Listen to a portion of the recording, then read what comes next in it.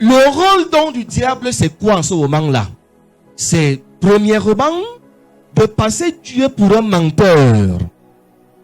Deuxièmement, de révéler à la femme même les différents mystères qui sont liés aux fruits des différents arbres. La preuve, il pousse la femme, elle m'a dit que non, il s'agit de l'arbre qui est planté au milieu du jardin. Ah d'accord, je vais donc t'expliquer maintenant pourquoi est-ce que Dieu ne voudrait pas que vous mangiez cet arbre. Vous voyez que le diable c'est quoi? C'est la ruse. Loué soit Jésus-Christ.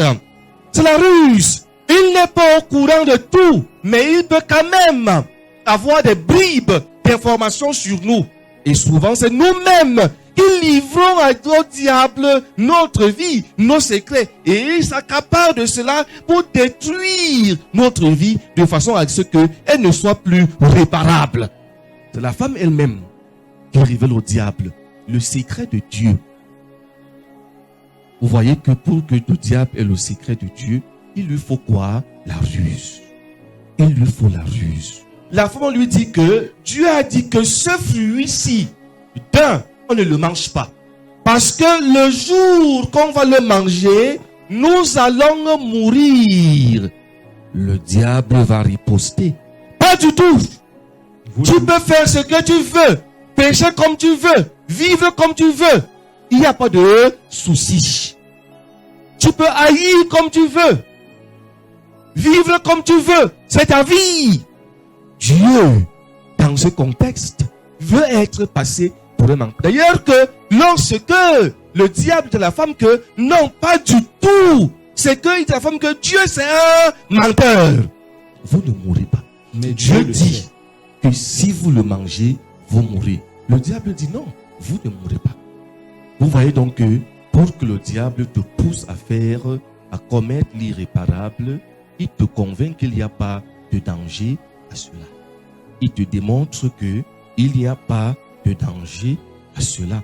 On peut donc comprendre pourquoi est-ce que les gens peuvent entrer dans les cercles exotériques, dans les milieux pernicieux, dans des loges pernicieuses, sans s'inquiéter, parce qu'ils ont été préparés moralement, parce qu'ils ont subi le lavage du cerveau. Pour que, et d'ailleurs, lorsque Dieu reproche à Adam d'avoir péché, il dit quoi? C'est la femme que tu m'as donnée qui m'a induit en erreur. Parce que en lui, il y a déjà la semence du fruit, la semence du mensonge. Il y a déjà le bien, oui, mais aussi le mal. Le diable veut faire croire à la femme que il connaît Dieu, mais Dieu le sait bien. Dis à ton voisin, ouais. Dis à ton voisin, ouais. Regardez jusqu'où le diable trompe l'être humain. Au point de dire à la femme que, mais Dieu le sait bien. Regardez nos misérables vies aujourd'hui. Il y a de quoi dire, ouais. Parce que on ne cherche pas à discerner l'écriture, à comprendre l'écriture. On reste sur les questions superficielles de l'écriture.